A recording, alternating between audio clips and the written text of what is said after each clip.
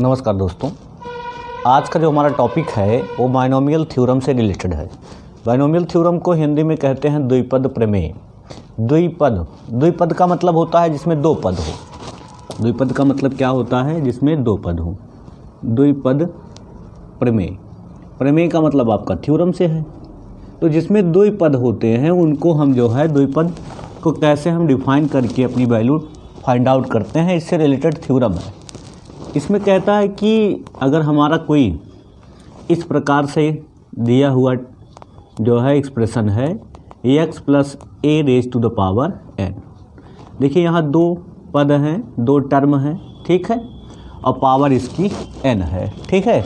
इसे हम ओपन अगर करते हैं तो होगा क्या? देखिए NC0 x raise to the power, हमारी यहाँ पर वैल्यू जो है x raise to the power यहाँ पर आएगा n, और a raise to the power यहाँ पर 0 हो जाएगा, ठीक।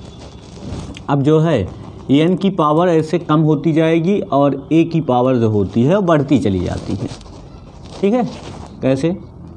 NC1 x raise to power n-1 और a की पावर हो जाएगी अब 1। ऐसे NC2 x raise to power n-2 और a की पावर क्या हो जाएगी?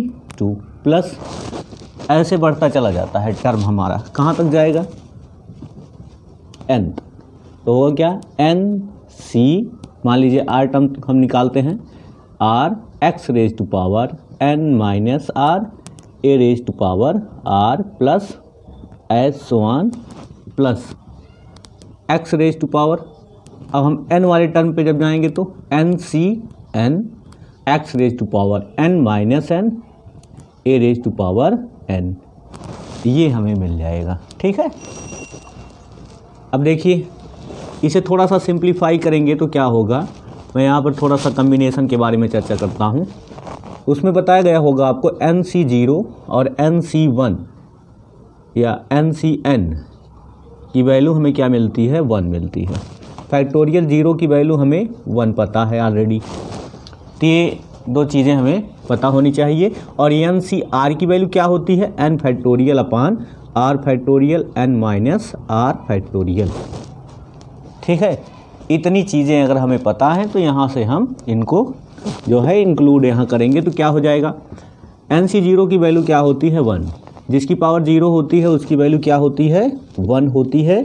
तो इसे दोनों यहाँ रखेंगे तो क्या होगा? x raise to power n बचेगा। यहाँ क्या हो जाएगा? NC1, यहाँ पर x raise to power n-1 a plus s1 plus, last में यहाँ आ जाइए तो इसकी वैल्यू 1, इसकी वैल्यू 1, क्या बचा? a raise to power n बच जाएगा, ठीक है। और इसका जो अर्थ टर्म है वो आपका NCr x raise to power n-r a raise to power r का टर्म है, ठीक है। अब देखिए ये जो वैल्यू हमें मिलती है, अब यहाँ पर अगर हम कुछ चेंजिंग करें, चेंजिंग करने का क्या मतलब है? अगर हम मान लेते हैं x की value 1, let x is equal to 1 and a is equal to x मान लेते हैं, तब क्या हो जाएगा? देखिए अगर इसे हम मानते हैं तो यहाँ पर वैल्यू रखेंगे तो क्या होगा? 1 प्लस a के प्लेस पर x raise to power n हो जाएगा। इसे ओपन करेंगे तो क्या होगा? x रेज टू पावर 1, यहाँ 1 है x के प्लेस पर तो 1 हो जाएगा। जहाँ जहाँ x है वहाँ वहाँ 1, जहाँ जहाँ a है वहाँ वहाँ x रखेंगे। फिर NC1 यहाँ क्या हो जाएगा? 1 की पावर कुछ भी करोगे वही value x plus s1 plus यहाँ पर क्या होगा? x raise to power n हो जाएगा। अगर हम अर्थ टर्म भी इसमें इंक्लूड करेंगे तो क्या होगा? NCr x के प्लेस पर 1 है और a के प्लेस पर x, तो x raise to power r plus s1 plus x raise to the power n हो जाएगा, ठीक है। ये वैल्यू हमें मिल जाती है, ठीक। अब देखो अगर यहीं पर हम x को निगेटिव बना देंगे तो क्या हो जाएगा? 1 minus x raise to power n। इसका मतलब क्या होता है? 1 plus minus x raise to power n, ठीक। इसे अगर अब हम ओपन करेंगे तो जहाँ जहाँ ऑड हमारे पास पावर होगी x की वहाँ वैल्यू नेगेटिव, जहाँ जहाँ इवन पावर होगी वहाँ वहाँ पॉजिटिव आ जाएगी। तो पहले टर्म में 1 यहाँ पर ऑड पावर है तो माइनस NC1x, दूसरे में इवन होती है plus NC2x square plus so on, plus यहाँ पर आएंगे NCR, यहाँ क्या हो जाएगा x जो है माइनस में है पावर आपकी r, और यहाँ आ जाएंगे ns टर्न पर, तो क्या हो जाएगा minus x raise to power n हो जाएगा। ठीक है, तो ये वैल्यू हमें फाइंड आउट हो जाती है। ठीक है, तो यहाँ पर अगर इसको थोड़ा सा और ओपन करना चाहेंगे तो क्या कर देंगे -1 raise to power r into x कर देंगे, यहाँ क्या कर देंगे -1 raise to power n into x raise to power n भी कर सकते हैं। ठीक है, तो ये वैल्यू हमारी डिफाइन हो जाती है। अब देखिए अगर इनको ऐड करेंगे, इनको सब्ट्रैक्ट करेंगे, एक नई सीरीज हमें मिल जाएगी। तो इस प्रकार से हम इस वैल्यू को अरेंज करके कई और टर्म्स को भी फाइंड आउट कर सकते हैं, कई और फार्मूले हम बना सकते हैं। ठीक है, तो इसे हम बनाएंगे जब क्वेश्चन हम लगाएंगे, तो क्वेश्चन लगाते समय कैसे कैसे वैल्यू हमारी बन सकती है उसे हम देखते हैं। देखिए अगर यहाँ पर x के प्लेस पर अब हम 1 रख दें, x के प्लेस पर क्या रख दें 1 रख देते हैं, तो क्या हो जाएगा अगर यहाँ पर put x is equal to 1, तो यहाँ क्या हो गया 1 + 1 x raise to power n। यहाँ वैल्यू आपकी, इसको 1 को हम क्या लिखते हैं NC0 भी लिख सकते हैं, NC0। यहाँ पर NC1 x की वैल्यू आपने रख ही दिया है, प्लस यहाँ पर NCR x की वैल्यू आपने 1 ही रखा है, और प्लस यहाँ पर 1 रखे हैं, तो ऐसे वैल्यू हमारी आती रहती है। अब देखिए ये जो वैल्यू हमें मिली है यहाँ पर भी इसे शो करेंगे NCN। ठीक, तो ये वैल्यू जो मिली है इसकी पावर क्या हो गई 2 रेज टू पावर n, यहाँ पर NC0 plus NC1 plus so on plus NCN, तो इसकी वैल्यू क्या होती है हमारी 2 raise to the power n होती है। अब देखिए यहीं से अगर आपसे इस यहाँ से स्टार्टिंग करें तो ये वैल्यू यहाँ पर आके सब्ट्रैक्ट हो जाएगी, तो क्या हो जाएगा इसकी वैल्यू हमें पता है क्या होती है 1, तो 2 रेज टू पावर n-1 क्या हो जाएगा NC1 plus NC2 plus so on plus NCN, ये वैल्यू हमें मिल जाएगी। अगर हम यहाँ से ना स्टार्ट करके यहाँ से स्टार्ट करेंगे तो क्या होगा, ये भी इधर आ जाएगा। NC1 को क्या लिख सकते हैं, NC1 को हम लिख सकते हैं n फैक्टोरियल अपान 1 फैक्टोरियल n-1 फैक्टोरियल, इसे ओपन करेंगे तो क्या होगा n-1 फैक्टोरियल, और यहाँ पर वैल्यू क्या n-1 फैक्टोरियल, कैंसिल हो गया तो क्या आया n, तो ये इस n को इधर ट्रांसपोज करेंगे तो क्या होगा 2 रेज टू पावर n-1, और ये value NC2 plus NC3 plus so on plus NCN। तो ये सारे फार्मूले जो होते हैं क्वेश्चन लगाने में उपयोग किए जाते हैं। ठीक है, कैसे हम बनाते हैं इसके बारे में हम जो है चर्चा कर चुके हैं। तो इनसे रिलेटेड जो है क्वेश्चन भी पूछे जाते हैं कि बताइए कि इसकी वैल्यू क्या होती है। अगर एग्ज़ाम में आ गया, सपोज करिए पूछा जा रहा है कि NC0 plus NC1 plus so on ऐसे दिया है और इसकी वैल्यू पूछेगा तो क्या होगा 2 raise to the power n हो जाएगा। अगर नहीं है तो कुछ टर्म्स हम ऐड भी कर देते हैं, कुछ सब्ट्रैक्ट करके हम निकाल लेते हैं। ठीक है, अब देखिए ये जो है बाइनोमियल थ्योरम का कुछ हमें फार्मूला मिल गया। और कैसे हम फार्मूले बना सकते हैं, जो बाइनोमियल एक्सपेंशन है उसमें TR+1वां पद भी पूछा जाता है। अच्छा TR+1वां पद क्या होगा, देखिए यही जो आपका है ये टर्म हो जाएगा TR+1वां। तो TR+1वां टर्म क्या होता है NCR x raise to power n-r और a raise to the power r होता है।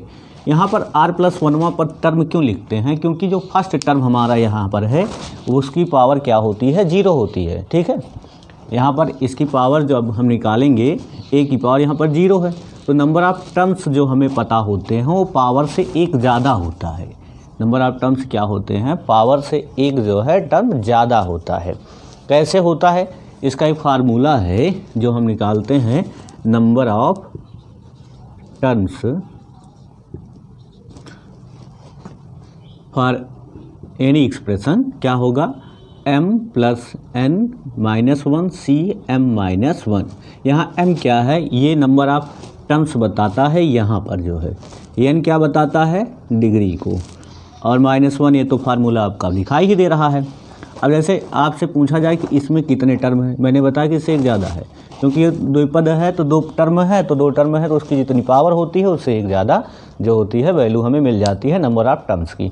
अगर मान लीजिए इससे ज़्यादा भी अगर टर्म्स आपके पास हैं, एक्सपेंशन ऐसा हो आपका x plus y plus z plus S1m terms मान लीजिए हैं आपके पास, तब इसकी पावर अगर n है तो नंबर ऑफ टर्म्स ऐसे हम निकालते हैं। ठीक है, इसमें भी इस फार्मूले को हम अप्लाई करके वैल्यू पता कर सकते हैं। जैसे यहाँ देखिए m की वैल्यू कितनी है, नंबर ऑफ टर्म्स कितने हैं इसमें 2 है, n की वैल्यू n ही है। ठीक, और अब हम नंबर ऑफ टर्म्स अगर पता करना चाहेंगे यहाँ रखेंगे क्या होगा m प्लस n, मतलब 2 plus n minus 1 C2 minus 1 क्या हो जाएगा यहाँ पर n प्लस 1 C1। इसे ओपन करेंगे क्या होगा n प्लस 1 फैक्टोरियल अपान 1 factorial n plus 1 minus 1 factorial, ये इससे कैंसिल हो गया, क्या आया n प्लस 1 फैक्टोरियल अपान n फैक्टोरियल। इसे ओपन करेंगे क्या होता है n प्लस 1 हम कॉमन लेंगे तो यहाँ पर n फैक्टोरियल बचेगा और n फैक्टोरियल ये दोनों कैंसिल हो गए तो कितना आया n plus 1। Number of terms हमें कितना पता चल गए n प्लस 1 पता चल जाते हैं। ठीक है, जितनी इसकी डिग्री है उससे जो है एक ज़्यादा। ठीक, यहाँ पर देखिए जब m की वैल्यू डिफरेंट आएगी तो उनके लिए डिफरेंट वैल्यूज़ हम निकालेंगे। जैसे यहाँ पर अगर 3 हो जाएगा तो कुछ दूसरा बनेगा, 4 हो जाएगा नंबर ऑफ टर्म्स तो कुछ दूसरा बनेगा, ये नहीं है कि यही बनता रहेगा। ठीक है, जैसे अगर हम मान लेते हैं m की वैल्यू हमारी 3 है, ये तो 2 की कंडीशन है। अगर हम मान लें कि m की वैल्यू हमारी कितनी है 3 है, यहाँ पर ये 3 हो गया। ठीक, अब यहाँ पर क्या हो जाएगा, यहाँ पर 3, यहाँ पर क्या हो गया 3। ठीक, अब क्या वैल्यू हमें मिल जाती है, यहाँ पर मिलेगी हमें n प्लस 2c, यहाँ पर 2।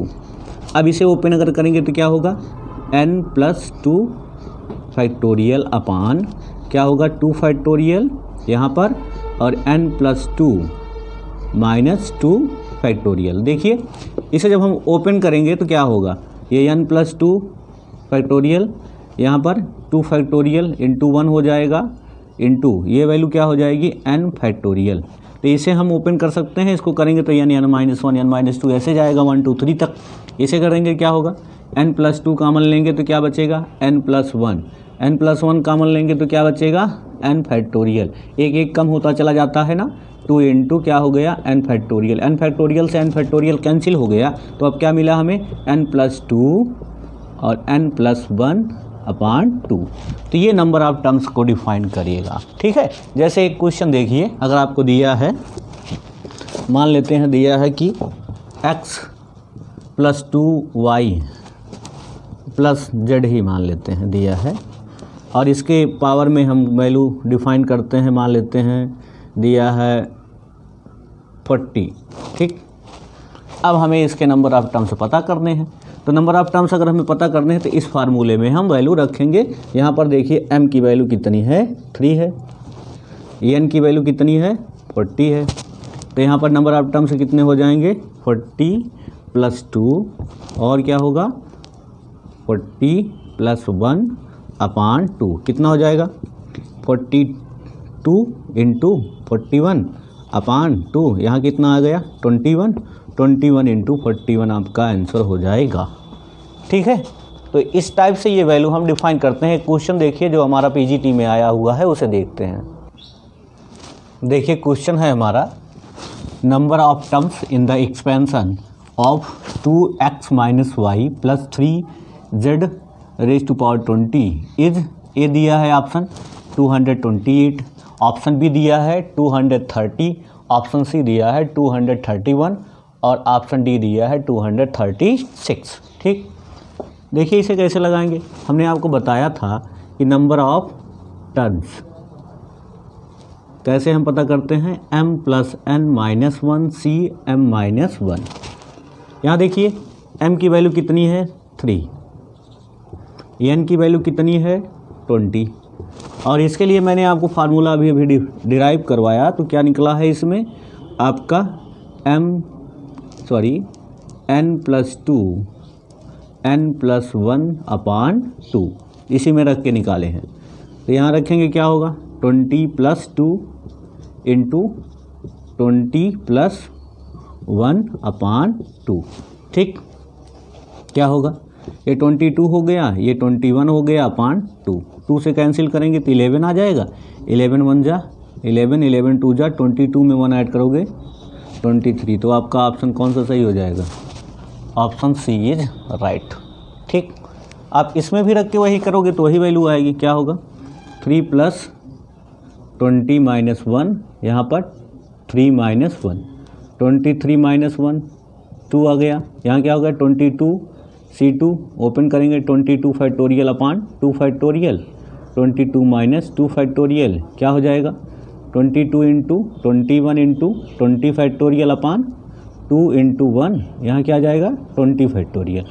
20 फैक्टोरियल से 20 फैक्टोरियल कैंसिल, 2 से इसे काटेंगे 11 × 21 = 231।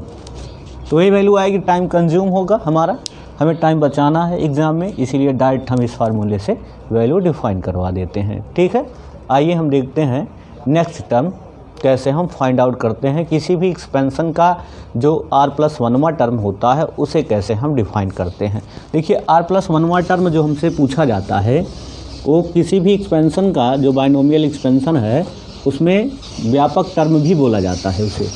अब उससे रिलेटेड क्वेश्चन बहुत कम उठते हैं, पावर से रिलेटेड उठते हैं, यक्स से स्वतंत्र मतलब कांस्टेंट टर्म्स क्या होते हैं, इन सब से रिलेटेड क्वेश्चन बनते हैं जो हमारे पीजीटी में आए भी हैं। तो TR+1वां टर्म क्या बोला जाता है, ये व्यापक पद होता है जो NCR x⁻n−r से डिनोट किया जाता है। ठीक है, इससे रिलेटेड देखिए क्वेश्चन हम देखते हैं जो इसी से रिलेटेड है।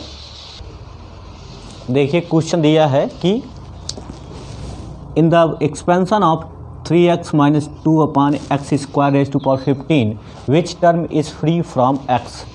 देखिए फ्री फ्रॉम x पूछ रहा है, तो फ्री फ्रॉम x का मतलब पहले हम TR+1वां पद निकालेंगे और उसमें जो x की पावर होगी उसकी कंपेयरिंग हम करते हैं। फ्री फ्रॉम x मतलब x की पावर 0 होनी चाहिए।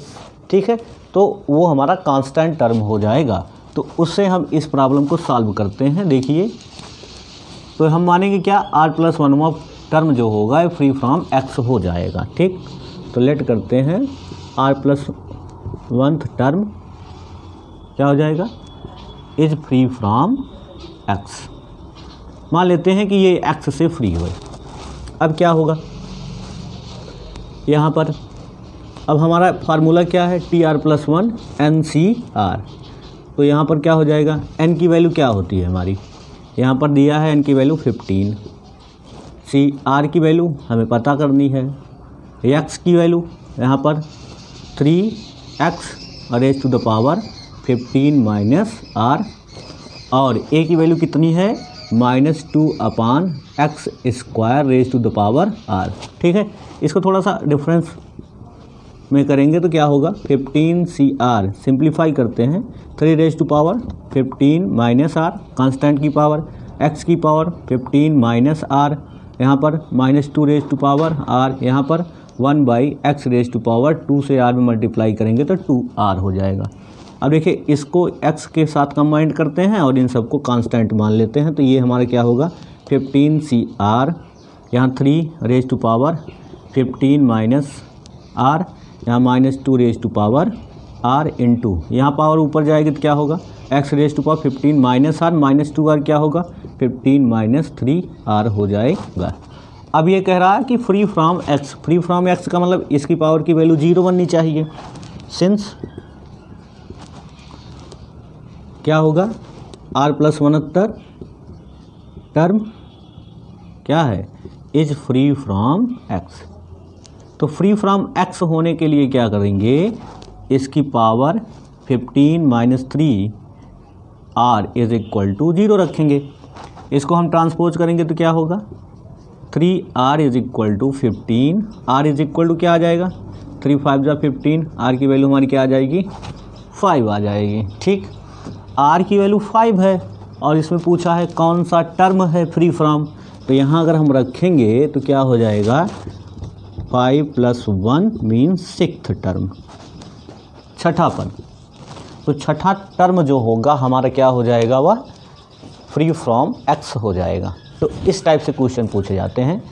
ना कि डायरेक्ट पूछ लेता है कि इसका चौथा पद बताइए, छठा पद बताइए। ये सब इस टाइप के क्वेश्चन जो है वो आपके एकेडमिक में पूछे जाते हैं, एकेडमिक में वो क्वेश्चन को आएंगे, लेकिन यहाँ पर जो कंपटीशन में होता है उसमें जो है थोड़ा सा घुमा के पूछते हैं कि इसका बताइए कौन सा पद x से स्वतंत्र है, या किसी टर्म की पावर की 4 है, x की पावर 4 वाला टर्म कौन हो, x की पावर 20 वाला टर्म कौन सा होगा। इस टाइप के क्वेश्चन से पूछे जाते हैं। ठीक है, तो यहाँ पर हम करते क्या है, व्यापक टर्म का हम फार्मूला अप्लाई करते हैं, और फार्मूले को अप्लाई करने के बाद जो है हम सॉल्व करेंगे। अगर फ्री फ्रॉम एक्स पूछा है तो पावर की कंपेयरिंग 0 से करेंगे, और ये आर की वैल्यू फाइंड आउट करते हैं, यहाँ पर रख देंगे तो हमें सॉल्यूशन मिल जाता है। ठीक है, अब हमारा अगर पूछा गया होता कि वह टर्म कौन है, तो टर्म का भी तो आंसर आ सकता है। यहाँ पर रखोगे क्या होगा 15c, आर की वैल्यू अगर हम 5 रखेंगे,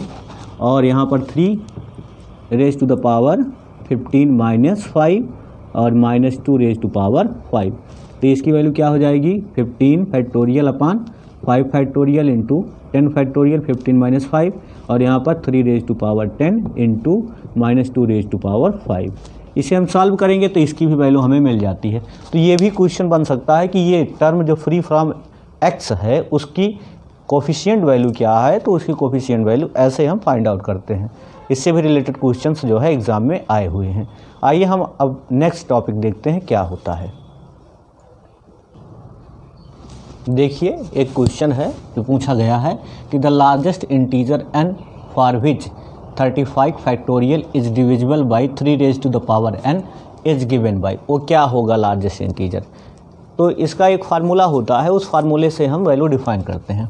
अगर देखिए p raise to the power आपका ये n दिया है, ठीक, और p हमारा क्या है, वह एक प्राइम नंबर है, ठीक है, और n हमारी कोई भी वैल्यू दी जाए, तो ऐसी कंडीशन में हमें जो होगा E P of n factorial की वैल्यू जो होती है उसे हम फाइंड आउट करते हैं। पहले p की पावर के फॉर्म में जब हम फाइंड आउट करेंगे तो वो वैल्यू इसमें जो है दिखाई देनी चाहिए, इससे छोटी हो।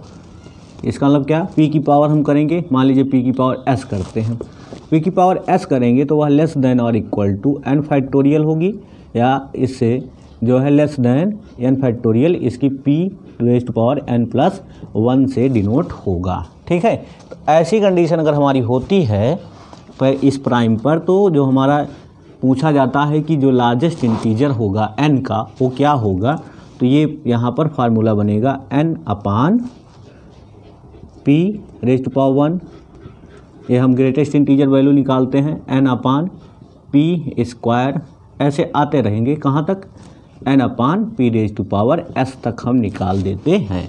तो इनको हम ऐड करते हैं तो हमें क्या पता चलता है, the largest integer n for which n factorial is divisible by 3 raise to power n या p raise to power n, तो हमें पता चल जाता है। ठीक है, अब यहाँ पर देखिए हमारा जो p है वो क्या है, p की वैल्यू यहाँ पर 3 है, और n की वैल्यू हमारी कितनी है 35 है।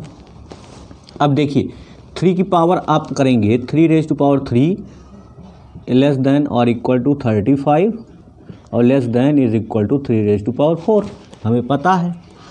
तो अगर 3 रेज टू पावर 3 करते हैं तो क्या होगा 27, जो लेस देन है इसके, तो इसका मतलब क्या हो गया, यस की वैल्यू हमारी क्या है 3 है। तो अब हम 3 तक इसको ओपन करते हैं और उसके बाद ऐड करते हैं, तो वैल्यू डिफाइन करते हैं, क्या होगा E3 यहाँ पर 35 फैक्टोरियल इज इक्वल टू, यहाँ पर क्या होगा 35 अपान 3, यहाँ पर 35 अपान 3 स्क्वायर, और फिर प्लस 35 अपान 3 क्यूब।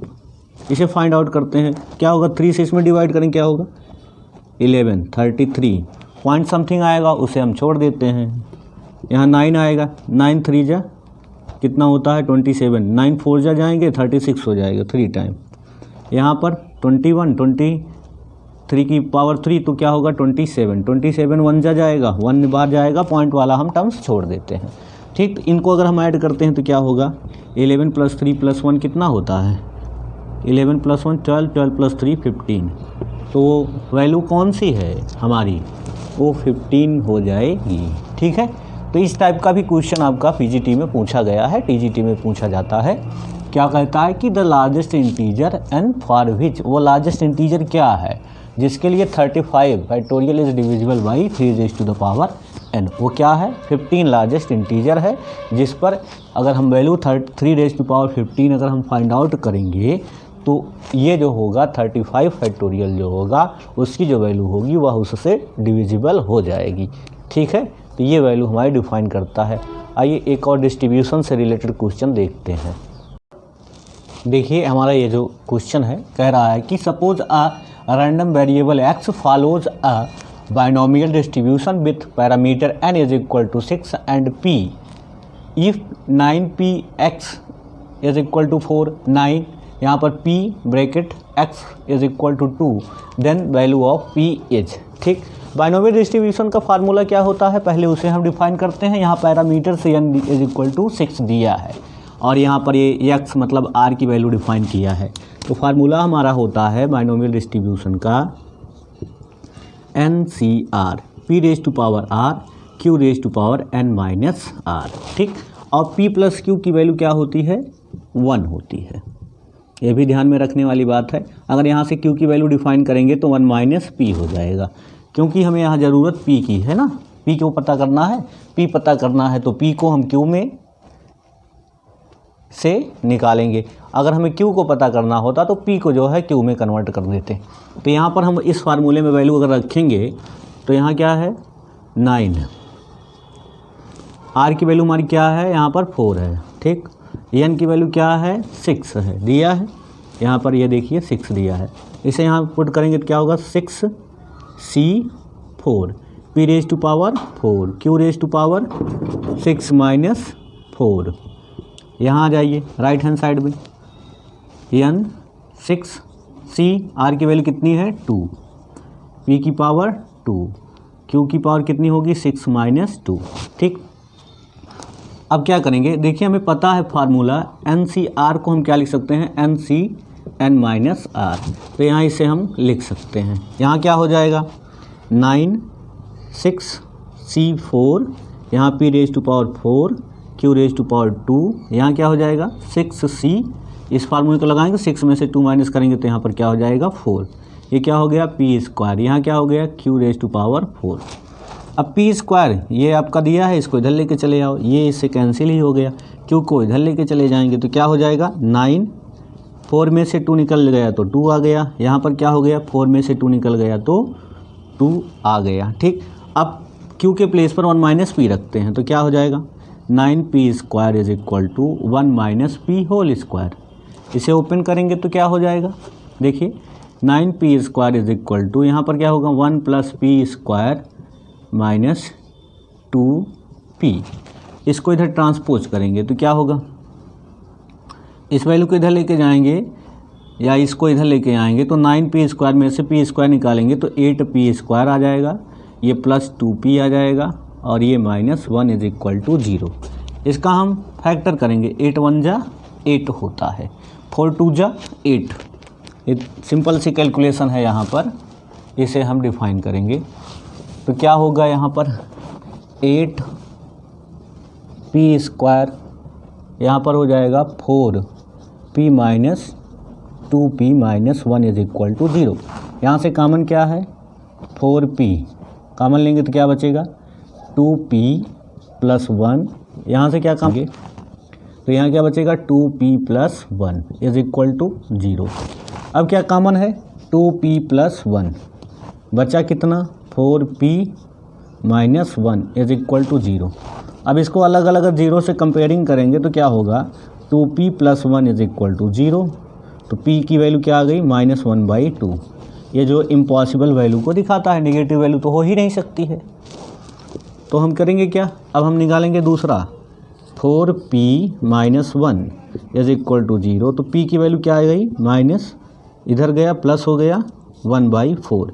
ये वैल्यू हमारी p की आ जाती है 1/4। ये 1/4 हमें मिला है, ये क्या दिखाई देता है? ये ऑप्शन डी में दिखाई देता है। तो ऑप्शन डी जो है हमारा राइट हो जाएगा। ठीक है, तो इस प्रकार से ये सारे क्वेश्चंस थे। आप इन सबको लगाइए और आगे भी लगाते रहिए। हम अगले वीडियो में आपको नेक्स्ट क्वेश्चंस बताएंगे और उनके फार्मूले बताएंगे कैसे हम उन्हें फाइंड आउट करते हैं। Thank you for watching my video.